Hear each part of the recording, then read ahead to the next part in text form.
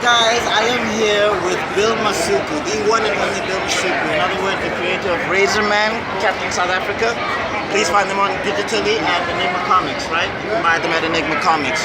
Alright, man, so, I need to ask, which one is your favorite character? Man, that's a binary. So Razorman is close to my heart because it's more manga style. And I get to freestyle, I get to make a power system. It's something that I like in Hunter x Hunter, something that I like in Bleach and Naruto.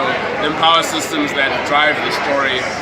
But on the other hand, Captain South Africa is more superheroes, and I grew up reading superheroes too. To be able to draw those stories, like it makes me feel alive on both sides. So it's very hard to pick a favorite between the two. Alright, okay, so you keep talking about this manga style and this manga and the power set and how it's inspired by manga, and then you talk about the superhero and how it's inspired by superheroes. What's the main difference for you? Okay, so when it comes to superheroism, it's more genetics than anything. If I could explain it in terms of story writing, there's something called a soft magic system and a hard magic system. Something in like in Harry Potter and Lord of the Rings, they have soft magic systems because you really don't know the limits of what Gandalf can and can't do. You don't know what strains or risks that come with that. Like, he could conjure up something, he could conjure up a dragon, and you wouldn't question it because the precedent of the limitations of his abilities aren't stated or illustrated in any way, shape, or form. There's a lot of, and I'm going blank here, but there's a lot of magic stories where the use of magic either makes you tired, requires blood sacrifice, rituals, or things that constitute Full Metal Alchemist. like exactly, Full Metal Alchemist, where the strict rule of give and take, of equivalency, is what the power system is structured on. And now you can now make story predictions based on the abilities. You know that if you're near water and the guy has been demonstrating water ultimately up to this point, you know that they can turn it to steam or ice when they're near a river. Like, you can consciously make decisions about where the story is going based on what you know about the mechanics of the world. So in Razorman, my power system is called Rufemo, which translates to death breath, and fundamentally you relive your emotions and your experiences throughout your lifetime, and you're able to draw on that well of abilities, and not just in combat, but you can place those experiences, feelings, thoughts and senses into other things, which is the way that curses work in the world. So imagine, like, right now when you go to Egypt and there's like an artifact that's cursed, in the context of Rufemo, someone has placed their experience in that. So if you ever touch that, if they experienced any trauma in their life, you would feel it when you touched it, and that's what a curse feels like in the system and the mechanics of manga. Interesting. So, speaking on manga and comic books, is there a different way that you tell the stories with Razorman and Captain South Africa, or do you use the same format? There is a definite difference between the two. Obviously, like, I just want to clear the air, manga are just comics that are made in Japan. It's all the same. Like, when people say anime isn't cartoons, like in Japan, anime is the word for animation / cartoon. Like, it's only through colloquialisms and the way we approach each medium that we separate that anime is, you know, a little more mature, a little more right field, and then cartoons obviously, you know, for children.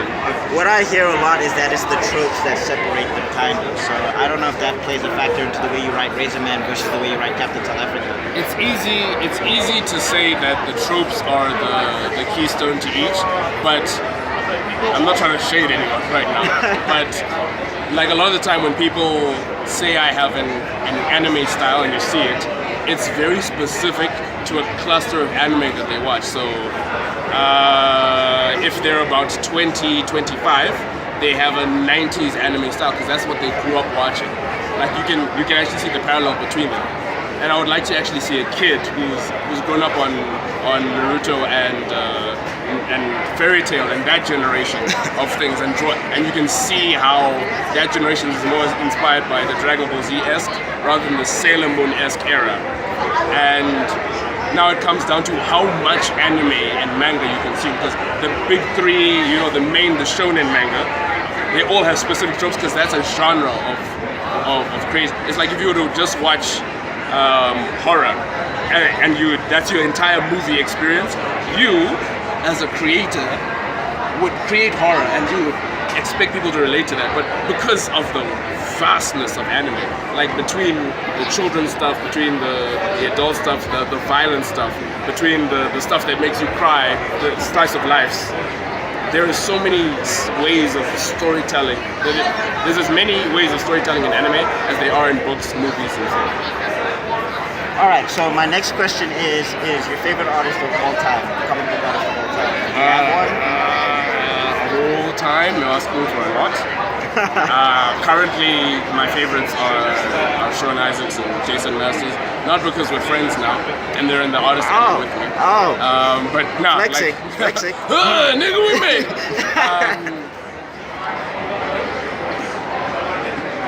Okay. There's an artist called. I actually only know his surname from the covers of books. I think it's Giuseppe. He draws some Spider-Man books, and the way his inking and the lines come together, it's not about like bringing a character to life, but there's heart and feeling in the line. Like I don't even have to read the words. Like you could flip through and like feel how much time, effort, and patience went into each book. Okay, next question. Do you have a particular technique when you draw? Do you do construction lines, or is there any kind of special technique you use? Any technique you'd recommend to another up and coming artist? I just fuck shit up until it works. Like I know you want me to put a comma and keep talking, but like I really just fuck shit up. Sometimes that method doesn't work because like I've started and stopped drawings halfway through because proportions are wrong. I don't feel like it's working out, and I'll just stop and start on another piece. But I really just freestyle from start to finish. Really trying to just get the feeling on page rather than a final image. Oh, okay.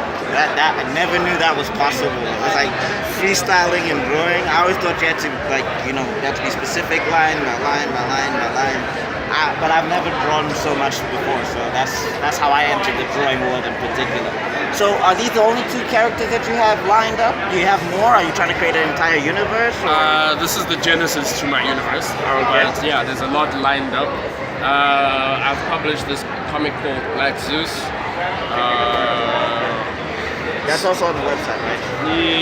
I'm trying to get it on the website by the end of the year because what was published was a preview of the story, and then the artist fell through, and I started working on these, and I just have no time in between those two.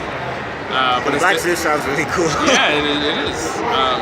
It definitely leans more into my sci-fi exaggeration sort of thing. If you've ever seen Neon Genesis Evangelion Platinum, heavy influence from that sort of sci-fi where it borders on creepy, but not so much horror. Oh, okay. And then my last question before I actually purchase one of your books is just what would you say to somebody who's trying to do this, they've been trying to do this, they're intimidated by the field, they're like, maybe my stuff is not so good, I've been drawing, I don't know, I don't think it's working out. What would you say to those guys? You have to make bad comics to make good comics. Put out your trash, put it out. I don't mean put it out like throw it out, I mean like put it online and consistently try to do better than yesterday. That's all it takes. All right, man. Well, thanks for your time. It's so good to see. I sat with you yesterday, but the footage didn't turn out so great, so that's on me. Sorry, guys. And yeah, I'm gonna get 2 of these books, and yeah, I hope to see you at next year's COMICON. I hope to see you cosplay as Razor Man, because that's a cool costume. Thank you. I'm trying to evolve the costume as I go along, but one of my favorites so far. Oh, okay. So you're gonna have multiple versions of the costume? Yeah, there's this one from Volume 3. We're currently in Volume 2. So he swaps over to a black jacket after he gets posted. Someone's like, why are you wearing that jacket? Like, it's not that simple, but like, he does swap jackets.